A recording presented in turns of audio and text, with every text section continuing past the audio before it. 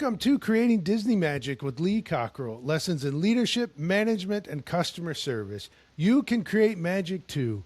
I'm your host, Jody Mayberry, and I'm here with Lee Cockerell, retired Executive Vice President of Walt Disney World. How are you doing, Lee? Hey there, Jody. I'm all good, thank you, sir. We're about to have a blizzard here. I think it's going to be 32 degrees. When was the Freezing. when was the last time you remember it being 32 degrees? I don't ever remember Oh that. my goodness. I mean, it gets 36, 30, but this is going to be kind of a long-term record. But so we're getting our blankets ready and get gas in the fireplace, and so we'll be fine. It's going to last a few days. Well, a good thing. I remember last time you were out here in Seattle, we met on Bainbridge Island, and it got so cold you bought a scarf. So I know you at least have one scarf you can put on. Still have it, and I know there's going to be a lot of unhappy tourists when it's Yeah. 30 degrees and they came from up north to come to Disney World. So Yeah, that's right. If I came all the way to Florida, I would not think I signed up for 32 degrees.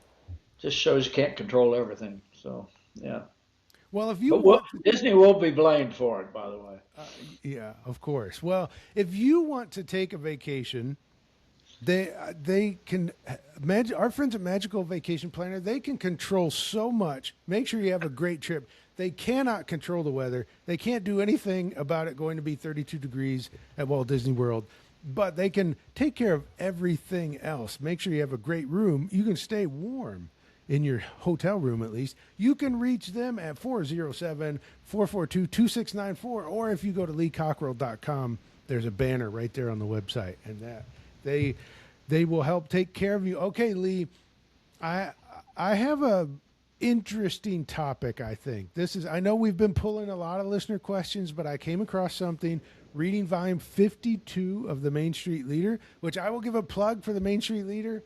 It is fabulous monthly newsletter that Lee writes. It's beautifully designed. The articles are great. Volume 52, you talk about staying on the train, and you talk about investing and in your career, just stay on the train, because if you keep getting off, the train leaves and then you're stuck. And in that, you mentioned so many people in there. Someone will send you their resume to review, and you will see that they jumped from company to company, job to job. They didn't stay one place long enough to get a promotion, and that makes you a little suspicious. And I do know nowadays that's pretty common to just jump around, especially with younger people. So I wanted to talk about that. Is it still relevant, in your opinion, to stay on the train, to stay with one company long enough to show you were there to get a promotion and you did good work? Yeah, well, I don't. It's not ever the right thing for everybody, but as I told my son when he graduated from college, go with a really good company and stay 5 years. So you'll get out of college at 21. You'll be 26 when you've got 5 years in. At big companies train you. You'll get a lot of. You'll learn a lot. You'll make a lot of relationships. You'll know a lot of people. And at the end of when you're 26, if you don't like it, move on. But if you're doing well and you're progressively earning more, learning more, and getting promotions, you may want to stay. So it's an individual thing. I think jumping too early, there's a lot of kids today that's after 6 months they're jumping, you know, and you need that opportunity to show who you are, show how great you are, and let people. I said, when you have a great attitude and you're reliable and you're doing a great job, you will be noticed. And when you get noticed, the competition is not very much these days. A lot of people are not doing those things, and so you take your shot. So he went with Disney when he got out. He had already had worked at Marriott while he was going to college, and he got started on the college program at Disney, which was a great experience. He was an hourly cast member just in the parking lot, and I guess he was a good parking lot guy because later on when he got out of college and applied, they go back and look at your record and they hired him as kind of a management trainee and let him go to France to work with the opening there. And that he learned more there than you can ever imagine, and then came back. I mean, so it just depends. A lot of people don't do that. I think if the company is got a good environment, a good culture, and or they're treating everybody well, people are apt to stay longer. I think sometimes the companies cause this turnover, not so much the person. They get, I was telling some people today, people don't leave Disney or Hilton or Marriott. They leave their boss. they can't stand them anymore. The boss doesn't treat them well or respect them or train them or develop them or do anything for them. So you've got to, we talked, earlier we recorded one on commitment. I say your people will not be committed to the company until they're sure the company is committed to them. And the leaders have got to show that every day. And if you do that, you'll be fine. Now, getting different experiences it doesn't have to be just at the job. You can get on the internet every day. You can take trips. You can go to seminars on your vacation. You can go learn new things. You can check your competition in the industry you're in. You can join the Chamber of Commerce. There's a lot of ways for you to grow your relationships and knowledge today while you're still working for a stable place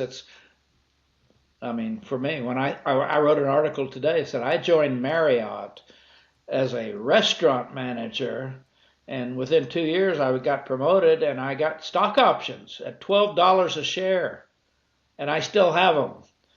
$12 a share, and I didn't even know what a stock option was. I just put it in the drawer. I said, "What? I don't know." I didn't know anything about stock, but I stayed there because of opportunity. And I think the best benefit, you ought to really got to analyze what is the opportunity here and look around. What have other people done? What normally happens with a person your age and experience level? How long does it take to get promoted, to make more money? What are the perks, and do you like what you're doing? Do you enjoy it? That's the key. A lot of people leave because they don't enjoy what they're doing. And if you're not being treated well, or you're not being respected, or your boss doesn't even know your last name, the odds of you leaving are very high, and I wouldn't blame them. So I think the company has a good, if you got your act together, you can keep people. If you don't, they're not as committed as they were in my day. I worked, I just did what I was told because I was afraid not to. Today, kids, they don't want to hear about that. So every generation is different. And we've seen that. The 70s were one, the 80s were different, the 90s were different. Now we're seeing it. The kids are totally different, and all us old people complain about them every generation. But people are going to do it their way, and they're going to do their thing. And I would say if you're the leader of somebody, you have the most opportunity to convince them to stay with you. By the way you treat them, train them, develop them, give them feedback, show them the route, show them the map to success. You do that, I think you probably still have turnover, but you'll have a lot less. So it's kind of a strategy from both sides. You take care of me, I'll take care of you. And if you make me happy, I'll be happy. And and I'll do more. If you're treating me respectfully, I'll do more for you. I'll come in when you need me. I'll do whatever I do. And if I enjoy my job, that's even cherry on top. So we all know we're not going to stay. If we have the talent, the education, and that we're an expert in something, there's a lot of jobs for those people in the market. I mean, if you have certain, and by the way, I think right now every young person is trying to decide, am I taking the right courses because it's changing so quick? Now we got engineers and IT people can't find a job because those jobs went away, and AI is doing the work. So you may want a generic business degree with a a minor in technology. So at least you know technology, but you can do other businesses. You may want to get different internships to see what it's like. I mean, I know my son, when he was in college, got an internship with a brokerage company for the summer. He hated it. I mean, hated it. He was in the boiler room calling people, trying to sell them stock, and he would never do that. And so you don't. Everything sounds sexy until you get into it. People want to be a lawyer, then they hate being a lawyer, and then we've had many people who were lawyers that came to the Culinary Institute and took courses to become chefs. They were so disappointed in the kind of work they had, the kind of people they had to represent it. Legal is pretty negative all day long, and it's you got to figure out who you are, what you need, and then hopefully you get, and be careful who you go to work for. Check them out. Have a good, clear conversation with the person hiring you about your needs. And if they can't do that and don't want to do it and don't talk about it, and when you get through interviewing that you don't feel like there was much there, I would not take the job. I'd keep looking till I land the right one, especially when you're right fresh out of school. You got some waiting time. Even your dad will feed you or something for a couple of weeks, but it's a big step. I don't say it's like marriage, but it's close when you join up, and all of a sudden you are accrued.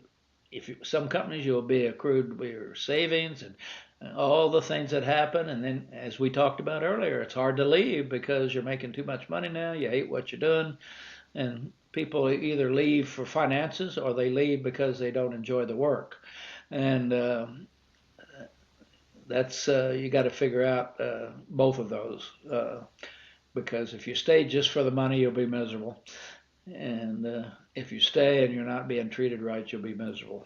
So you got to really, it's just take more time, take this more. I guess I would say take it seriously, what you're about to commit to become somebody in, and you can talk about it. You're doing something totally different than you did.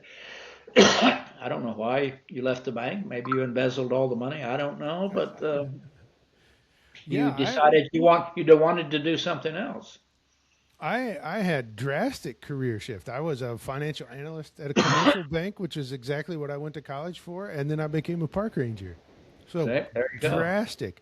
But I think it took that time.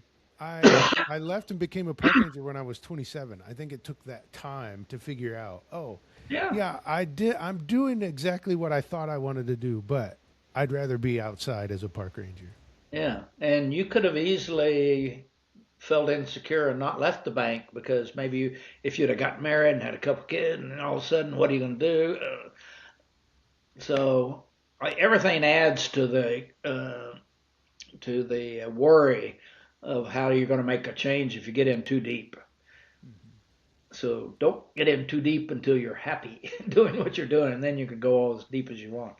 But it's hard to dig yourself out of a hole if you're into something you hate and you got a family and you got a house and a rent and on and on and on and on. So if we look at young people, Lee, does it matter? We'll use two examples. My son, for as one example, started working at a lumber yard locally when he was 15, and he still works there.